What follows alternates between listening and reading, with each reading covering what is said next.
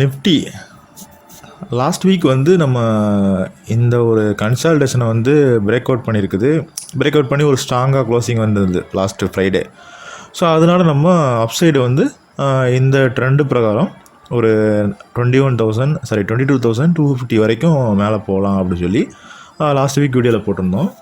But என்னாச்சு அப்படின்னா 22,100 அந்த ரேஞ்சிலேயே வந்து ரிவர்சல் ஆகிருக்குது. ஓகேங்களா? ஸோ அதுக்கான இண்டிகேஷனும் கொடுத்துருக்குது. ஸோ மண்டே வந்து ஒரு கேப் அப்பு அந்த இடத்துல சஸ்டெயின் ஆகிருக்குது. செவ்வாய்க்கிழமை பார்த்தீங்க அப்படின்னா ஒரு ரிவர்சல் கேண்டில் வந்து பிரிண்ட் ஆகிருக்குது. ஸோ இந்த இடத்துலையே வந்து ரொம்ப எச்சரிக்கையாக இருக்கணும். ஒன்று, நமக்கு 18,850 ஒரு நல்ல ரேலி. ஓகேங்களா? ஸோ ஒரு 22,000 21,000 மாதிரி சைக்காலஜிக்கல் லெவலில் வந்து கொஞ்சம் செல்லிங் வந்து ட்ரிகர் ஆகும். ஸோ அதுவும் இல்லாமல் நம்ம வீடியோவில் வந்து சொல்லியிருந்தோம் 22,050 அந்த ரேஞ்சில் வந்து ஒரு ரெசிஸ்டன்ஸ் இருக்குது அப்படின்ற மாதிரியும் மென்ஷன் பண்ணியிருந்தோம் லாஸ்ட் வீக் வீடியோவில். ஸோ 22,125 செவ்வாய்க்கிழமை ஒரு ரிவர்சல் கேண்டில் ஆகிருக்குது. புதன்கிழமை வந்து நமக்கு அந்த ஹெச்டிஎஃப்சி ரிசல்ட்டு அதெல்லாம் சேர்த்து வச்சு ஒரு நல்ல கேப் டவுன் ஆகியும் ஒரு செல்லிங்கில் தான் முடிஞ்சிருக்கு. ஓகேங்களா? ஸோ இப்போது இந்த பேரலல் சேனல் நம்ம வீடியோவில் லாஸ்ட் ஒரு 2 வீக்காக பார்த்துட்டு இருந்த இந்த பேரலல் சேனலை வந்து பிரேக் டவுன் ஆயிடுச்சு. ஸோ அகெயின் இந்த பேரலல் சேனலுக்குள்ளே போகணும். ஸோ தெரியுங்களா? இந்த லைனும் இருந்தால் அந்த பேரலல் சேனலு, இந்த பேரலல் சேனலுக்கு உள்ள ஒரு கேண்டில் வந்து ஓப்பன் க்ளோஸ் வந்தால் தான் நெக்ஸ்ட் லெவல் புல்லிஷ் மார்க்கெட் வந்து இருக்கும். அப்படி இல்லை அப்படின்னா இப்போது பார்த்தீங்க அப்படின்னா பிரேக் டவுன் ஆச்சு. அதுக்கப்புறமா ஒரு இடத்துல சப்போர்ட் எடுத்துகிட்டு அகெயின் இது வந்து ரீடெஸ்ட்டு. ஓகேங்களா? ஸோ ஃபால் ஆச்சு அப்படின்னா அப்படியே கண்டினியூஸாக ஃபால் ஆகிக்கிட்டே போகாது. டெக்னிக்கலாக வந்து ரீடெஸ்ட் வந்து ரொம்ப முக்கியம். ஸோ அந்த இடத்துல இப்போ இந்த பேரலல் சேனலுக்கு இன்றைக்கி வந்து ரீடெஸ்ட் ஆகிருக்குது. ஓகேங்களா? ஸோ ரீடெஸ்ட் ஆகிட்டு செல்லிங்கில் தான் முடிஞ்சிருக்குது. ஸோ கண்டிப்பாக இதுக்கப்புறமா வந்து இந்த டவுன் ட்ரெண்டு கன்டினியூ ஆகிறதுக்கு சான்சஸ் இருக்குது. ஸோ நம்ம இதில் பார்த்துருப்பீங்க பேரிஸ் ட்ராகன் பேட்டர்ன் அப்படின்னு சொல்லி போட்டிருந்தேன். ஸோ பேரிஸ் ட்ராகன் பேட்டர்ன்னா இதுதான். இந்த மாதிரி ஒரு ஃபாஸ்ட்டாக ஒரு செல்லிங் வரும், அங்கேருந்து ஒரு ரிவர்சல் ஆகும். ஸோ அந்த இடம் தான் வந்து ஹெட்டு. ஸோ அடுத்து நெக்ஸ்ட்டு எங்கே திரும்புதோ அது வந்து ஃபீட்டு. அதுக்கப்புறமா மறுபடியும் இந்த ட்ரெண்ட் லைனில் வந்து ஒரு சப்போர்ட் எடுக்கும், அதுதான் ஹம்ப்பு. அகெயின் ஒரு ரிவர்சல் கொடுக்கும், அந்த இடம் அகெயின் ஃபீட்டு. அங்கேருந்து அங்கே இந்த ட்ரெண்ட் லைனை எப்போ பிரேக் பண்ணுதோ அப்போ தான் அந்த பேட்டர்ன் வந்து ட்ரிகர் ஆகும். ஸோ இப்போ அந்த பேரிஸ் ட்ராகன் பேட்டர்ன் வந்து ட்ரிகர் ஆகிருக்கு. ஸோ அந்த பேட்டர்ன் பிரகாரம் டார்கெட் வந்து ஹெட்டு தான். ஸோ எங்கேருந்து 21,000 திரும்பிச்சில ஒரு 500 பாயிண்ட் செல்லிங்லேருந்து. ஸோ அந்த இடம் தான் அகெயின் வந்து இந்த பேட்டர்ன் பிரகாரம் டார்கெட்டாக இருக்கும். ஸோ அது வந்து அடுத்த வாரமே வந்துடுமா அப்படின்னா சான்சஸ் இருக்குது, வர்றதுக்கு சான்சஸ் இருக்குது. அதுக்கு முன்னாடி நமக்கு எங்கெங்கெல்லாம் சப்போர்ட் இருக்குது அப்படின்றத நம்ம பார்க்கலாம். ஸோ ஃபஸ்ட்டு இந்த இடத்துல திரும்பிச்சில்ல 21,300 ஒரு திரும்பிச்சு. ஏன் அப்படின்னா அது வந்து ஒரு 22,100 கிட்டத்தட்ட ஒரு 800 பாயிண்ட்ஸ் வந்து ஒரு 3 நாள்லேயே விழும்போது என்ன ஆகும்னா கொஞ்சம் ஒரு புல் பேக் கொடுக்கும். ஓகேங்களா? ஸோ அதை ஃபிபனாக்கிலேயும் நம்ம கண்டுபிடிக்கலாம். அந்த சப்போர்ட் எங்கே இருக்குது அப்படின்றத வந்து ஃபிபனாக்கிலேயும் கண்டுபிடிக்கலாம். அப்படி இல்லை ஃபிபனாக்கிலாம் எனக்கு யூஸ் பண்ண தெரியாது அப்படின்னா நம்ம ட்ரெண்ட் லைன் அனாலிசிஸ் வந்து ரொம்பவே யூஸ்ஃபுல்லாக இருக்கும். ஸோ இந்த க்ரீன் கலர் ட்ரெண்ட் லைன் வந்து நமக்கு ஏற்கனவே இந்த 18,850 மார்க்கெட் திரும்பி ஒரு அப் ட்ரெண்ட் வந்துச்சு. ஸோ அதோட சப்போர்ட்டு தான் இந்த ட்ரெண்ட் லைன். ஸோ அந்த ட்ரெண்ட் லைனில் அதுக்கு கீழே செல்லிங் ஆனாலும் க்ளோசிங் வந்து அந்த ட்ரெண்ட் லைனுக்கு மேலே தான் வந்திருக்குது. ஓகேங்களா? ஸோ இந்த ட்ரெண்ட் லைனும் நமக்கு ஒரு சப்போர்ட்டாக ஆக்ட் ஆகும். ஃபஸ்ட்டு சப்போர்ட்டாக நெக்ஸ்ட் வீக்குக்கு ஃபஸ்ட்டு சப்போர்ட்டாக வந்து இந்த ட்ரெண்ட் லைன் தான் ஆக்ட் ஆகும். ஸோ அந்த லெவல் பார்த்தீங்க அப்படின்னா நமக்கு கிட்டத்தட்ட ஒரு 21,500. ஸோ ஏற்கனவே நமக்கு இந்த இடத்துல 21,500 வந்து ஒரு ஸ்ட்ராங் சப்போர்ட்டாக இருந்துச்சு. ஸோ ஒரு நாள் தான் ஓப்பன் க்ளோஸு 21,500 கீழே வந்துச்சு. பட் அதுவும் வந்து ஒரு ரிவர்சல் கேண்டில் தான். ஸோ அதனால தான் அதுக்கப்புறமா கேப் அப் ஆச்சு. இப்போ இன்னும் அந்த 21,500 லெவலை ஹோல்டு பண்ணிக்கிட்டு தான் இருக்குது மார்க்கெட்டு. ஸோ இந்த 21,500 பிரேக் பண்ணணும். கீழே பிரேக் பண்ணிச்சுன்னா 21,300, அப்புறம் 21,200, அதுக்கப்புறமா 21,000. ஸோ 21,000 வந்து ஒரு ஸ்ட்ராங் சப்போர்ட்டாக இருக்கும். சப்போஸ் ஏன் அப்படின்னா 21,000 வந்து எல்லாருமே வந்து அகைன் பைக்கு திரும்புவாங்க. ஸோ அவங்க ஸ்டாப் லாஸ் எல்லாம் ட்ரிகர் பண்ணுறதுக்கு 20,800 வரைக்கும் கூட வந்துட்டு ஒரு சின்ன புல் பேக் கொடுக்கலாம். எப்படி இங்கே ஒரு 800 பாயிண்ட் செல்லிங் வந்துட்டு ஒரு 300லேருந்து 750 ஒரு 400-450 பாயிண்ட்ஸ் வந்து ஒரு புல் பேக் கொடுச்சுல.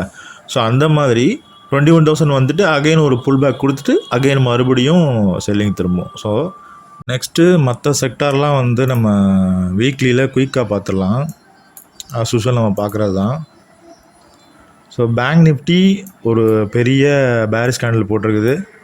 ஸோ ஹெச்டிஎஃப்சியோட செல்லிங் தான் இதுக்கு வந்து காரணம். ஸோ பெரிய செல் கேண்டில் போட்டாலும் ஏற்கனவே நம்ம பார்த்தது தான். இந்த இடத்துல வந்து ஒரு இன்டிசிசிவாகவே மார்க்கெட் வந்து போய்கிட்டு இருந்துச்சு. நிஃப்டி மூவ் ஆன அளவுக்கு கூட பேங்க் நிஃப்டி வந்து அந்தளவுக்கு மூவ் ஆனால ப்ளஸ் நம்ம அந்த ரெசிஸ்டன்ஸு இந்த இடத்துலலாம் பிரேக் அவுட் ஆகுது, பிரேக் டவுன் ஆகுது அப்படின்னா நம்ம ரிப்பீட்டாக பார்த்துருந்தோம். ஸோ அந்த இடத்துல இருந்தால் ஒரு ஸ்ட்ராங்காக ஒரு செல்லிங் வந்துருக்குது. செல்லிங் வந்துட்டு இப்போ இந்த ஒரு கேப் ஃபில்லிங் ஏரியா இருக்குது. அதாவது 45,480க்கும் 44,800க்கும் ஒரு கேப் ஃபில்லிங் ஏரியா இருக்குது. கிட்டத்தட்ட அந்த இடத்துல தான் ஒரு சப்போர்ட் எடுத்து மேலே போயிருக்குது. இன்னுமே கீழே வந்து இந்த கேப்பை ஃபில் பண்ணிவிட்டு போனால் இன்னுமே வந்து கொஞ்சம் நல்லா ரெக்கவரி கொடுக்கும். ஏன்னா ஒரு ஸ்ட்ராங்காக ஒரு செல்லிங் வந்திருக்குல்ல, கிட்டத்தட்ட ஒரு 4% செல்லிங் வந்திருக்குது. அதை வந்து இன்னும் கொஞ்சம் செல் ஆகிட்டு ஃபுல் பேக் கொடுக்கலாம். அப்படி இல்லாமல் இங்கேருந்து போச்சு அப்படின்னா அகெயின் நமக்கு இந்த இடம், அதாவது 47,000 அப்படின்ற லெவலை வந்து போயிட்டு ரீடெஸ்ட் பண்ணிவிட்டு, எப்படி நிஃப்டி வந்து 21,750 ரீடெஸ்ட் பண்ணி வந்திருக்குதோ அந்த மாதிரி பேங்க் நிஃப்டி வந்து 47,000 வந்து ரீடெஸ்ட் பண்ணிட்டு செல்லிங் திரும்பலாம். அகெயின் இந்த 47,000க்கு மேலே போகணும். 47,000 மேலே போனால் இந்த ரேஞ்சுக்குள்ளே மாட்டோம். ஸோ 47,000லேருந்து 48,450 மாறும். அந்த 450க்கு மேலே போனால் தான் நெக்ஸ்ட்டு புல்லிஷை வந்து நம்ம ஒரு நல்ல புல்லிஷை வந்து நம்ம எதிர்பார்க்க முடியும் பேங்க் நிஃப்டியில்.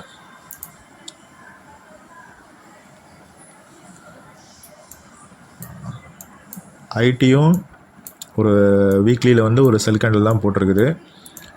ஸோ இந்த 36,900 பிரேக் பண்ணிச்சு அப்படின்னா 39,450 வரைக்கும் மேலே போவோம் அப்படின்னு சொல்லியிருந்தோம்.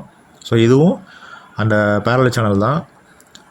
கிட்டத்தட்ட அந்த சேனலுக்கிட்டே போகல, அங்கேருந்தே ஒரு செல்லிங் தான். ஸோ 36,900க்கு கீழே தான் க்ளோசிங் வந்திருக்குது. பட் ப்ரீவியஸ் வீக்கோட ஹைக்கு மேலே வந்திருக்குது. ஸோ இதை வந்து நம்ம புல்லிஷ்னு பார்க்க முடியாது, ஒரு பேரிஷ்னு பார்க்க முடியாது. எப்போது இந்த ப்ரீவியஸ் வீக்லி கேண்டிலோட ஹையை வந்து கீழே பிரேக் பண்ணி ஒரு டே கேண்டில் க்ளோஸ் ஆச்சு அப்படின்னா நமக்கு 35,900 வந்து ஒரு சப்போர்ட்டாக இருக்கும். ஏற்கனவே நம்ம பார்த்ததா போன வீக்கே இந்த 35,900 வந்து ஒரு சப்போர்ட்டாக இருக்கும். 35,900க்கு கீழே வந்தால் தான் இந்த ட்ரெண்டை வந்து பிரேக் பண்ணும். ஸோ அப்போ தான் வந்து செல் ஆஃப் ஃபேஸ்க்கு மாறும். ஸோ 35,900 வந்து சப்போர்ட் எடுத்துகிட்டு அகைன் வந்து கொஞ்சம் மேலே போகிறதுக்கு வாய்ப்பு இருக்குது. 35,900 கீழே வரும்போது கேர்ஃபுல்லாக இருங்க. மீடியா பிரேக் அவுட் ஆகலை. நம்ம ரொம்ப நாளாக எதிர்பார்த்துட்டு இருந்தோம் மீடியா பிரேக் அவுட் ஆகுன்ட்டு, பிரேக் அவுட் ஆகலை. மெட்டல் வந்து இந்த லாங் டேர்ம் ட்ரெண்டில் வந்து ஒரு ரீடெஸ்ட் எடுத்த மாதிரி காட்டியிருக்குது. ஆனால் இந்த சப்போர்ட்டிவ் ட்ரெண்டுக்கு உள்ள வீக்லி க்ளோசிங் வந்திருந்தது அப்படின்னா கொஞ்சம் மேலே போகிறதுக்கு வாய்ப்பு இருக்குது. இப்போது வீக்லியில் வந்து இந்த சப்போர்ட்டிவ் ட்ரெண்ட் லைனை வந்து பிரேக் பண்ணியிருக்குது.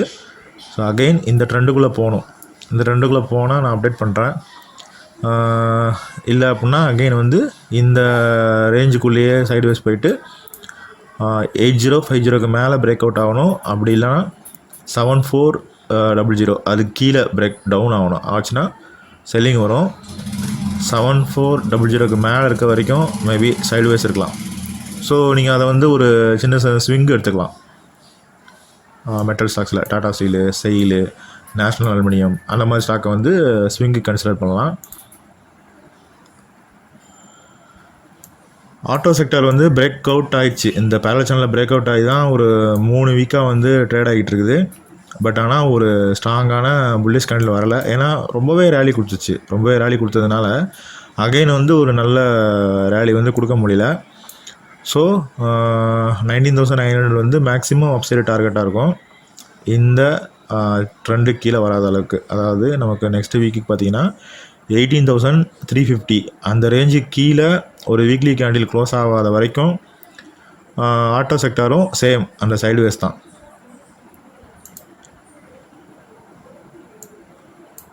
ஃபார்மாகவும் சைடுவேஸ் தான். ஸோ மேக்ஸிமம் செக்டார் வந்து இந்த வீக் வந்து அந்த செல்லிங்கு அப்புறம் ஒரு புல் பேக்கு அந்த மாதிரி ஒரு சைடுவேஸில் தான் போய்கிட்டு இருக்குது. பிஎஸ்யூ பிரேக் அவுட் ஆகிருக்கு இன்றைக்கி தான். இன்றைக்கி ட்ரேடிங் செஷனில் தான் வந்து பிஎஸ்யூ வந்து பிரேக் அவுட் ஆகிருக்குது. ஸோ இன்றைக்கி தான் பிரேக் அவுட் ஆகிருக்குது. ஸோ ஒரு அட்லீஸ்ட் ஒரு டே கேண்டிலாவது இந்த ட்ரெண்டுக்கு மேலே ஓப்பன் க்ளோஸ் வரணும். அதாவது இப்போது நமக்கு ரேஞ்சாக பார்த்தோம் அப்படின்னா 6022 மேலே ஒரு டே கேண்டில் ஓப்பன் க்ளோஸ் வந்துச்சு அப்படின்னா பிஎஸ்சிஓ வந்து ஃபோக்கஸ் பண்ணுங்கள். பிஎஸ்சியில் யூஸ்வல் ஏற்கனவே சொன்னது தான், லாஸ்ட் வீக்கே சொல்லியிருந்தேன் நான். கனரா பேங்க்கு, ஸ்டேட் பேங்க்கு, ஸோ அது ரெண்டையும் ஃபோக்கஸ் பண்ணலாம். அப்படி இல்லை அப்படின்னா பிஎஸ்சிஓ இடிஎஃப் இருக்குது, பிஎஸ்சிஓ பேங்க் பீஸ்ன்னு இருக்கும். ஸோ அதை கூட நீங்கள் ஃபோக்கஸ் பண்ணலாம். ஸ்டாக்கை ஃபோக்கஸ் பண்ணலாமா, அதை கூட ஃபோக்கஸ் பண்ணலாம். சேம் பிஎஸ்சி இண்டெக்ஸ் எவ்வளோ பெர்சன்டேஜ் மேலே போகுதோ அதே பெர்சன்டேஜ் வந்து நமக்கு அந்த பேங்க் பிஎஸ்சி பேங்க் பீஸும் போகும். ஸோ எவ்வளோ பெர்சன்டேஜ் அப்படின்னா இங்கேருந்தே நமக்கு டார்கெட்டாக ஒரு 6% இருக்குது. ஸோ இந்த 6% வந்து நம்ம யூஸ் பண்ணிக்கலாம். ஃபஸ்ட்டு ஒரு டே கேண்டில் வந்து ஓப்பன் க்ளோஸ் ஆகுதான்னு பாருங்கள். ஓப்பன் க்ளோஸ் ஆகுது அப்படின்னா பிஎஸ்சிஓ ஃபோக்கஸ் பண்ணுங்கள்.